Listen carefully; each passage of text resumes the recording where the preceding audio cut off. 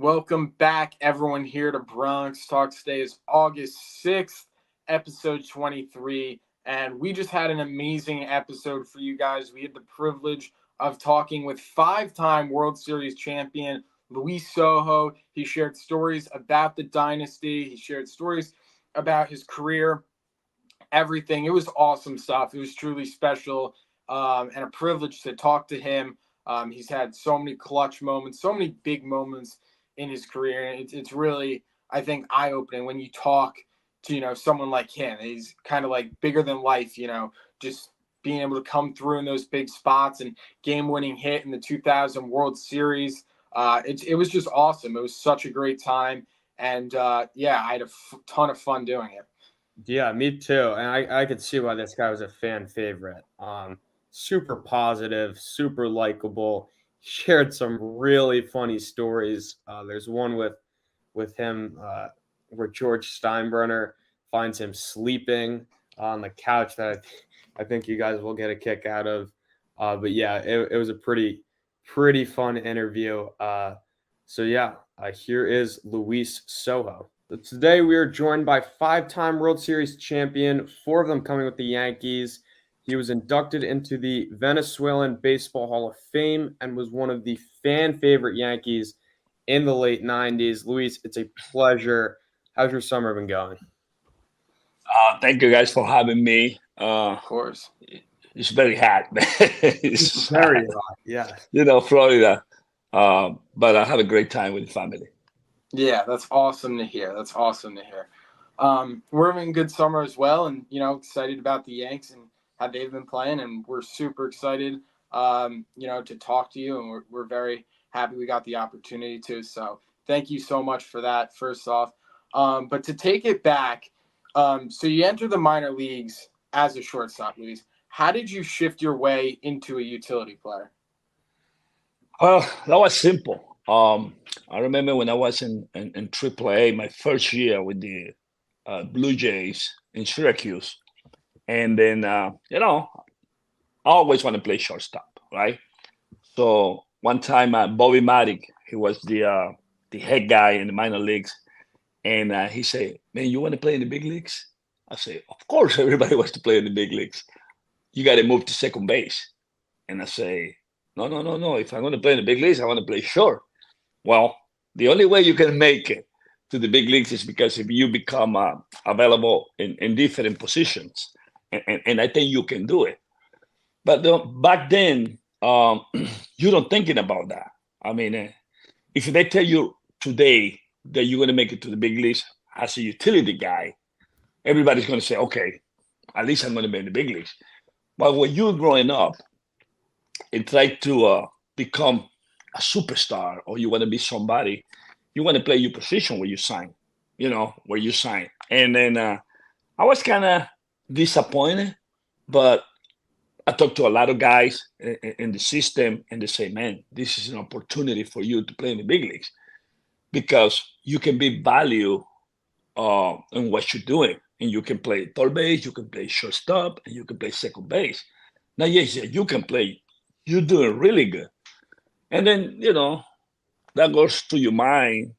And I decide to move position. And the next year, I was playing second base every day in AAA into after the All-Star break in the minor leagues. They called me up. And my first game in the big leagues was in left field. Not even in second base, not even the shortstop was in left field. So, but you got to understand what your value is going to be and how you can help the teams. Yeah. So you came up and you became this utility man, and then 1996, the Yankees pick you up off waivers. And Right. I'd like to think part of the reason was that because of all your versatility.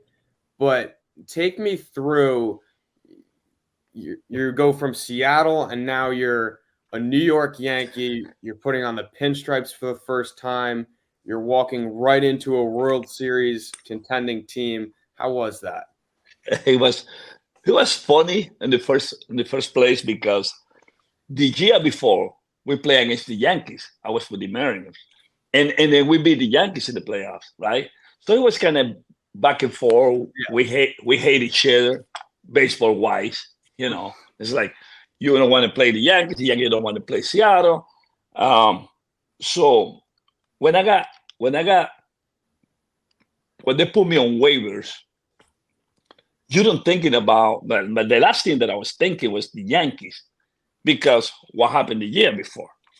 And then when they picked me up, I told my wife, "Hey, you know what? The Yankees picked me up," and she started crying because no, I don't want to go there. I hate that team. Blah blah blah. And I said, okay. I used to live in Venezuela by then, and I said, why don't you go home and then let's see what happened because it's only month and a half. But when I get to New York, man, it was something different. I was playing for Seattle, I was playing for Anaheim, I was playing for Blue Jays, and I was playing for Pittsburgh. But when I get to New York, it was the people just talking about the winning attitude, and that really get to me because I like to win. And I said, this is what I want to be. So I called my wife 2 weeks later. I said, girl, you got to come over here because you don't know what you're missing. And when you see the history of the Yankees, my first day in New York was the Joe DiMaggio day. And I see Phil Rizzuto, I see Yogi Berra, I see Reggie Jackson, I see Don Larson, I see all those greats. And I said, wow, this is something different. And it feels like, with all the respect that I have for the teams that I play for, it's like this is the big leagues for me, Yeah. And that's what I want to be. And I mean, the rest is history because I get a lot of friends. And it was weird the first couple of weeks, but I mean, there was a different point of view and how people want to do things. And with the coaches and the players, it was something amazing. That's awesome. That's great stuff. So, during that 1996 season, you guys go to the World Series and you go down 2-0 against Atlanta. How are you guys able to, stay calm and battle back? Because that was a really good Atlanta team that you guys beat. Right. You said it. I mean, we stay calm because we need what we need to do. Even that we know we're facing one of the best teams in baseball, and I'm talking about by the pitching stuff, Smalls, Mattis, Avery, all those guys, Glavine, and but that team in '96 was so confident. I mean, when people try to compare the '96 Yankee with the '98 one, which they're talking about the greatest one, the Yankee team in '98. But the '96 team was special. I mean, because we went down 2-0 to Atlanta, and it seems like nothing happened because we knew what we were capable to do, and we came through. It's going to be easy, no, but the confidence level that team have, and then we pull it off. So the following year, 1997, you go up 2-1 against the Indians. You lose in the ALDS.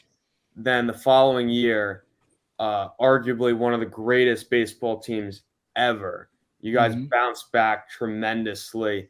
Did you get the feeling at all during that season that this was different? Because you had been a part of some pretty good teams at that point. I believe you already had 2 rings. But did that have a different feel, or was it same old, just business? No, well, the '98 team was a special team. I mean, all this team that I played with the Yankees was special, but that one was particularly the way it's like when you get to the ballpark, you knew you're going to win. Things like that, And you're talking about in the clubhouse, and because as a baseball player, you're always talking about who's going to pitch by the opposite pitcher. It's going to be Randy Johnson, it's going to be Pedro, it's going to be whatever. In that '98, it seems like it doesn't matter who's going to pitch because it seems like you had that feeling that you're going to win. You know what I mean? And that's the way we're feeling that year.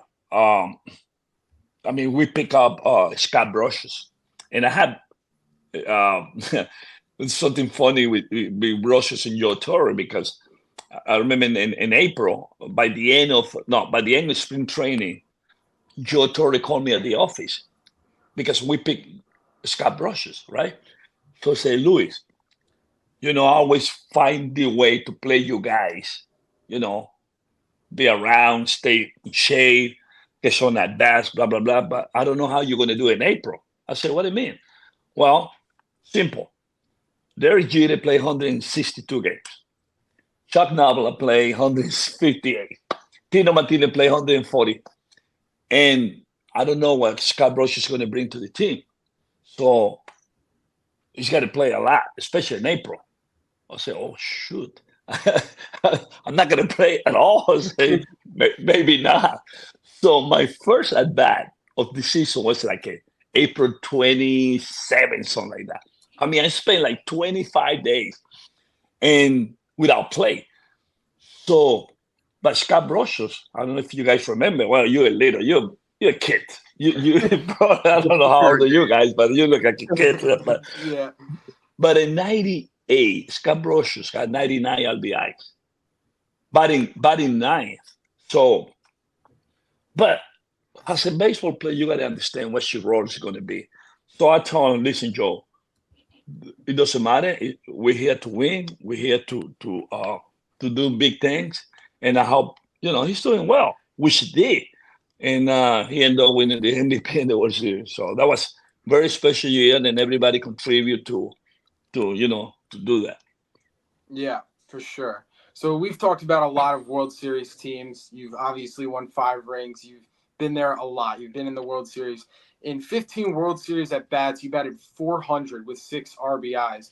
How were you able to stay so calm and have so much success in those big moments? Did something go into your game plan or into your approach? How were you able to have so much success in those big spots? Well, I believe that comes since I was a kid. I always want to be in the right moment, and in the tough situation. I always want to be that. Because if you put it this way, guys, when you see a playoff games or you see a World Series game, and the game's on the line, who coming up? The big guys. I mean, that's something that makes this game so special. For example, if we down, and you go back to '98, we down like 3 games. Who's coming up? Derek Jeter, hit the homer. Tino Martinez, Scott Brosho. I mean, the big guys coming up. So that get to me since I was a kid.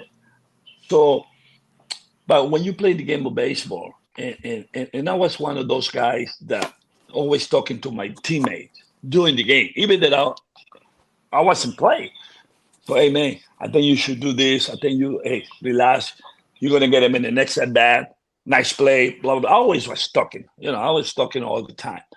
So, but I was prepared for those moments. Every time Joe Torre need me, I always carry my bat. I always want to do something. I always want to be part of the team. And I never was afraid to fail, because in this game, you fail. If you're not prepared for that, you're not going to get stronger mentally.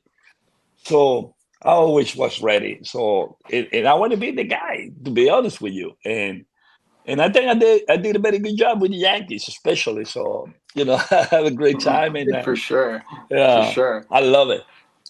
Awesome. Luis, I'm sure you've been asked this in every single interview you've ever done, but we have to bring it up. 2000, you're playing the Mets, top of the 9th, Game 5 of the World Series.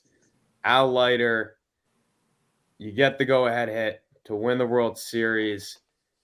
Take me through that. Was it nerves? Was it excitement? What was it? It was an excitement. And that started in the 4th inning. I don't know if you heard about the story about me and Duque. And I gave him my bat in the top of the 4th. So I'm going upstairs to get a coffee. And I said, Duque, can you hold this bat for me? because with this bat we want to win the World Series. So he looked at me like, it's only the third inning, idiot. I said, well, I'll be back. So I went to get my coffee, and me and Nabla, who wasn't playing, Canseco, Glenn Allen here, Polonia, we're talking about how we're going to win the game. So everybody, I come off the bench and I'm going to win the game. So I say, okay, I'm going to hit it like my blooper. I'm going to hit a bloop single, and then we're going to win the game. So when I come in the eighth, I played defense, and I was the fifth hitter in the top of the nine, right? With 2 outs, I think Posada got walked, Scott Brosius got a base hit, and I was another day when Brosius was hitting, but I have another bat, and the Duke is screaming at me, "Hey, Louis!" Oh. So I said, okay, he threw me the bat. So I switched my bat. It was Clay Bellinger bat. It wasn't mine. It was Clay Bellinger. And then when I grabbed the bat, I looked at Duke and I said, I told you it's going to be over. So Duke walked away. He just walked away to the clubhouse. And then Valentine called timeout, went to talk to Al Leiter. I believe he wants to make a pitching change. Al Leiter says, listen, I can get Louis. He's not going to hurt me, whatever, whatever the conversation was. But and then Lee Mazzilli, was the first base coach, come to me at home plate. He started screaming at me because I'm always take the first pitch. But he was screaming at me in court, saying, don't you take the first pitch. He's going to throw you that cutter right down the middle. So I was laughing. I mean, I was so confident that because to get a base hit in the big leagues or any game of baseball, it's the hardest thing in baseball. But I was so confident, I said, wow, this can be my time. We got a lot of superstars, but I want to be part of this, something, make the city of New York happy and do something special just for me and my family too. And when I look at Lee Basili, like I said, don't worry, I got you. So, okay. So I back up, take a nice breath, and I said, I'm going to jump in the first pitch. He threw me that got that right in the middle because it was so hard for me to swing the first pitch. I cannot do it. And I mean, when the ball went through, man, I was crying, running to first base because the year before I lost my dad. And doing the playoffs along with my O'Neill, Scott Brosius, was a hard year for us in '99.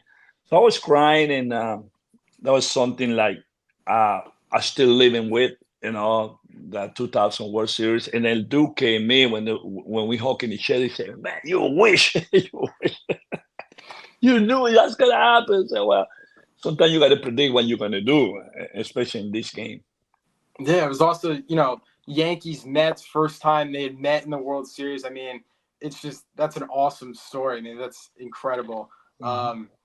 Let's talk about 2003. So you had retired, and then you play in the Old Timers Day game, and you get signed by the Yankees. Derek Jeter injury, you get signed by the Yankees right after that. What was that like? I mean, are you the only player to ever play in an Old Timers Day game and then get signed? That's an incredible story. Yeah, I think I'm the only one. That's what I heard. A lot of people told me that in New York. But you know what happened? I was in Mexico in 2003 playing summer league. Because, when you start getting old and you don't have a major league contract, especially after you play all those years, it's hard for you to retire. But I believe I still can play. So I went there for a month, and I had the phone call from Joe Torre. Say, Louis, what you doing? No, I'm in Mexico playing. No, I need you here. Need me where? No, here in New York, because I had Alfonso Soriano. He was young, he started playing second base. I need you to help him out. I said, well, I have no problem if I'm going to be in New York.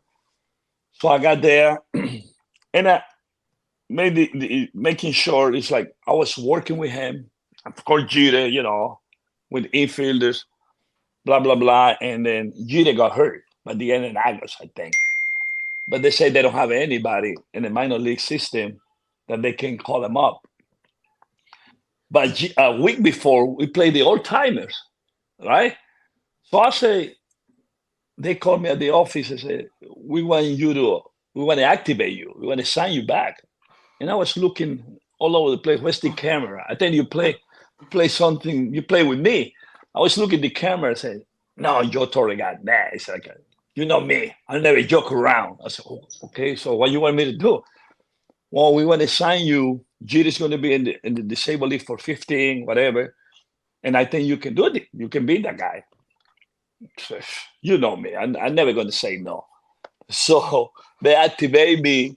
And it was like the highlight that week. It's like, what the hell is going on? This guy just played the old timers. He's been retired for 2 years, and now he's in the team roster. So when I got my first at bat, I remember, I don't know, I think we played the Orioles, and we beat it like 11-1, something like that. And Jason Giambi was playing first, and Joe Torres said, Louis, Jason is the third hitter. I was in the bottom of the eighth. We play in New York. You're gonna hit for Giambi. I said, okay. So I grabbed my bat, and when I stepped on the circle, I was so nervous. I mean, I never got that nervous in my life. It's just like, not even when I got my first big league at bat, not even when I was in the World Series. It seems like I was so nervous. But when I step on the under circle, everybody started clapping, like sharing my name. I said, oh, Jeter, Mariano, Bernie, you guys, you're nobody. I'm the man here. You know, it's like so I got there, and I stepped on the play, and the people started cheering my name, and that was something very special. That was one of the best moments in my career, to be honest with you, because it was so emotional, because to be able to, after 2 years, retired and come back and play in a major league game was something very special, man. That's Yeah, awesome. and the fans must have loved that. And then a year later, you're back in the old timers game, hitting a walk-off home run. What's with that? Wrong injury. It's just like, I say, we play, in the old timers, you only play 3 innings. And I say, man, the game was tied. And I say, where do you like the ball? I say, middle in, but a little high, because I can hit strike. I hit balls only. Don't throw me strike. Throw me ball high, chest let it, and I'm gonna let it go. And he just threw me that picture that, I don't know. I basically the most emotional homer that I ever hit. I only hit 28 in my career, 36, but that was a great time too, man. It was a great time. Yeah. No matter the game, you come through in the big spot, Louis. Yeah, exactly. How did I want to talk about the boss, George Steinbrenner, for a little bit. How did he push, those dynasty Yankee teams to be better? And do you have a, personal story with Mr. Steinbrenner as well that you'd like to share? Yeah, I mean, I have a good one. I have two, but the boss was one of those guys, especially the team that I played for, 96 to 2001. He always looking for that piece at the end of the year. We always looking for that piece. And the players, Jeter, Mariano, they always, every time he comes down, he goes, hey, boss, we need this guy. You got to go get it. Oh, you want it? You want it? Okay, I get it for you. So he never was afraid of that, and he always pull it off. Justice and I mean, it's a lot of guys. I can mention a lot of guys, but every time he got that pitch that we need. And I remember 2 things with the boss. And Dan Seaman was part. God bless Dan Seaman too. That was my man, Dan Seaman.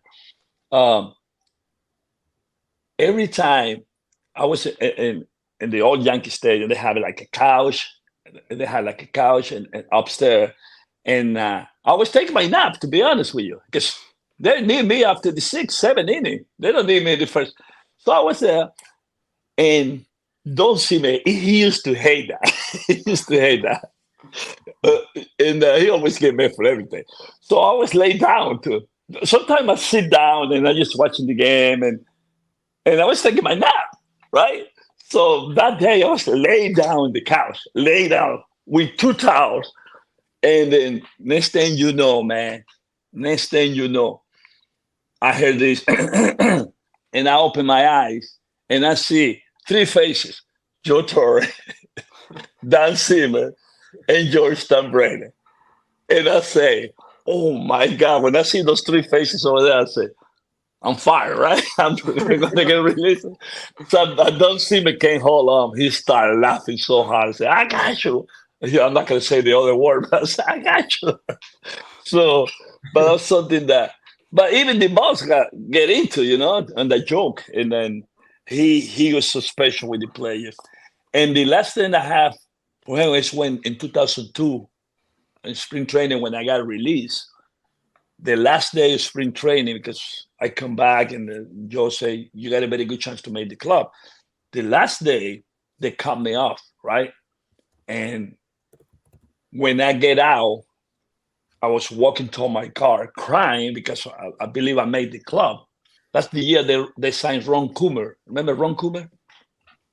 They signed Ron Coomer, but he got a guarantee contract. I don't have a guarantee contract. I was like 37, 38 years old. And then when I was walking to my car, talking to my wife, I said, wow, they just released me. I was gonna cry. And she don't believe me because I always joking around. So when I got there, I see Steinbrenner coming, walking towards me. And he goes, hey, Louis, I'm sorry what happened. You got to understand this game. And but I'm going to tell you one thing. Every time you put the pink stripes and win a World Series with the Yankees, you always want to be the Yankee. Oh, my God. That's something that you always want to be a Yankee.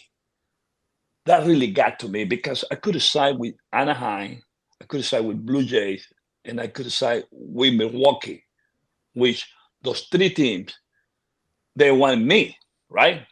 So when I got home, my agent started talking to me, where do you want to go? And I talked to my wife, I said, wow, I don't know if I want to still play. Because if you sign with somebody at 38, 37, the first time this thing had a race, I'm going to be released because I'm the old guy. So I don't want to leave. I don't want to go through that. You know what I mean? Mm-hmm. So, and I told my wife, see, Steinbrenner told me this. I'm retired. I'm done. I'm not going to play no more. A year later, that was in 2002. 2 years later, I was coaching in the big leagues with the Yankees. I was third base coach with the Yankees. So, I mean, but you really appreciate, they really appreciate what you do for them. And that's something that stick with me. And I still do a lot of things with the Yankees throughout the years. And I'm consider myself a Yankee. Yeah. Awesome. Yeah, I did want to ask you a little bit about that. So you then, you came back, you coached in Tampa, also with the AAA team. Can you give us just a brief, what you did there, how you translated, your playing days to, these younger guys? How was that? Oh, it was great. It was great because when they released me that 2002, I went to AA, managed there. Yeah. And then we win the championship. So, but that's something that I learned so fast because to me, it was easy to make that transfer from player to coach because I was a coach in the big league as a player. It's like it was easy for me to make that transfer. So that's something that I really like and love to throw my wisdom, my experience, all those years that I play and throw it to the younger guys and say, listen, this is how you're supposed to do things. And I love that. And I spent 15 years in the minor leagues with the Yankees, which, I mean, that was great experience. And I love it, man. I mean, something that they're going to stick in my mind for the rest of my life. Awesome. Well, we really appreciate your time, Luis. We're so happy that you were able to come on. It truly meant the world to us. And we hope you have an amazing summer. And, obviously hope the Yankees can go out there, get number 28. But it was an amazing time talking to you. And thank you so much for your time. We really appreciate it. Oh, thank you guys for having me, like I say. And I hope you have a great success in what you're doing. And the Yankees, they had a very good chance. But Yeah, we need pitching. We need to get we can get another pitcher, and then you should be in business. We're gonna hit, but go Yankees, man. Yeah, thank you. Yankees. Of course, Thank you. of course. That was Luis Sojo. I hope you guys enjoyed that. I mean, those were some pretty good stories and pretty good insight. I mean, that was pretty cool, Ryan. Yeah, no, that was certainly awesome. I had a ton of fun doing it. Luis Sojo, I mean, just an amazing, great guy, great personality. Yeah, truly special human being. And it was so much fun to talk to him. We got a lot of great stories, got a lot of great insight on those dynasty teams. You know, me and Christian weren't born yet. I mean, we were kind of like 5-6 years after that concluded when the dynasty teams, you know, sort of ended, I guess. I mean, they won in 2000, but they were still really good 01, 02. 03 as well. They went to the World Series, but we were born after that. But it's cool to know some, you know, inside things that, you know, you don't totally get when you're just watching, you know, the Yes Network or Yankeeography. I mean, that stuff is great in itself, but, you know, the inside, the details, that was awesome to see. And from Luis Sojo's perspective, it was just great. I had a lot of fun talking to him. Yeah, I mean, he has one of the cooler careers. I mean, between, you know, to be fortunate enough to, you know, play 13 seasons and win 5 rings is just awesome. And it couldn't have happened to a better guy. And then, you know, between being the only person to play in an old timers game, then come back and play in an actual game because Derek Jeter goes down. Then the following year, you hit a walk-off home run in the next old timers game off Yankee great Ron Guidry. It is a pretty crazy career, and this guy was clutch too. Like batting 400 in the World Series. That'll be remembered. Especially you look at it in 15 at bats, he had 6 RBIs in the World Series. I mean, that's like insane. He was super clutch. We said it, you know, when we were filming it, but like I told him, I was like, he comes up in the biggest, in every moment, every opportunity, you know, even the old timers day game, you know, he's taking Guidry deep to walk it off. So, you know, every moment he shines the brightest. So yeah, I mean, that was a ton of fun. I certainly had a ton of fun doing that. Yeah. And I mean, he basically capped off that Yankees dynasty in 2000. I mean, he was the one with the go ahead hit to win the World Series. And then that was it until 2009. So maybe bringing him on brings back a little bit of juice with the actual team. You don't know. You don't know. But yeah. Maybe. Anyways, I hope you guys enjoyed this interview. We had a ton of fun. And go Yankees. We'll be back here soon. And let's keep winning on the Yankees front. And again, a big thank you to Luis Sojo for coming on. Yeah, absolutely. Big thank you. And doing this for us. So have a nice day, guys. And thank you for listening.